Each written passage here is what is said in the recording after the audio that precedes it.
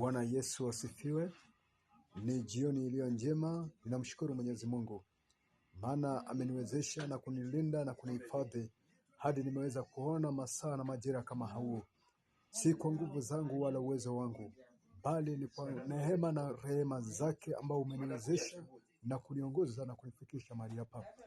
Ninayo jambo moja ya kusema, ya kwamba maandiko yanasema katika kitabu cha Methali 28 mstari wake wa 13, nasema ya kwamba afichaye dhambi zake hatafanikiwa, bali yeye aziungamaye na kuziwacha hatapata rehema.